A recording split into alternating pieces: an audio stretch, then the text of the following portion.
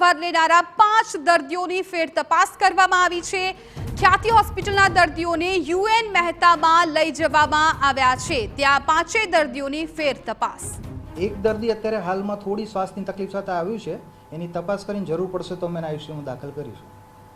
Sir, આ જે દર્દીઓ હતા તેમની એન્જિયોગ્રાફી કરવામાં આવી હતી અને સ્ટેન્ડ પર મૂકવામાં આવ્યું હતું, તો એ તપાસ કરવામાં આવશે ખરા કે શું ખરેખર તે દર્દીઓને જરૂર હતી કે કેમ? હા, એ બધી તપાસ થશે અમારા પર।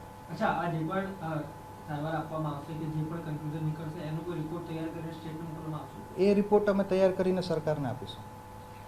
કયા કયા બાબતોની એમાં સમીક્ષા કરવામાં આવશે?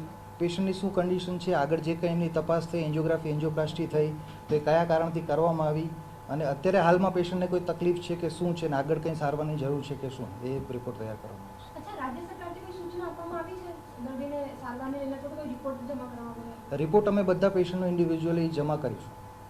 સૂચના આવી છે? સૂચના છે અમારે તો બધી। અત્યારે તો અમારે હાલ અમારી પાસે વસ્ત્રાપુર પોલીસ સ્ટેશનથી આવ્યા છે, એટલે અમે પ્રાઇમરી તો વસ્ત્રાપુર પોલીસ સ્ટેશન જે છે તે એમને અમે જે કંઈ પેશન્ટની કન્ડિશન જાણ કરીશું। આગળ પછી એ રિપોર્ટ અમારે જરૂર પડશે તો સરકારને પણ ફોરવર્ડ કરીશું।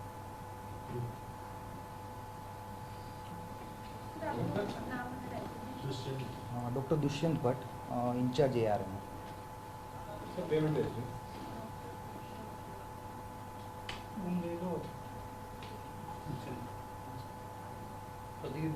આ તમામ આપણે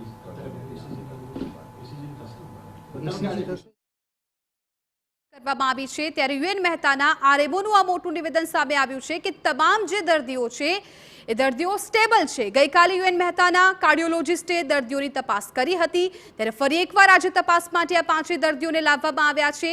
ખ્યાતિ હોસ્પિટલમાં સારવાર લેનારા દર્દીઓની ફરી તપાસ થઈ છે। યુએન મહેતા હોસ્પિટલમાં ફેર તપાસ કરવામાં આવી। અત્યારે 5 દર્દીઓ યુએન મહેતા હોસ્પિટલમાં છે। ત્યારબાદ યુએન મહેતા હોસ્પિટલના આરએમઓનું પણ નિવેદન સામે આવ્યું છે કે જ્યાં મોટા ભાગના દર્દી સ્ટેબલ હોવાનું કહેવામાં આવી રહ્યું છે।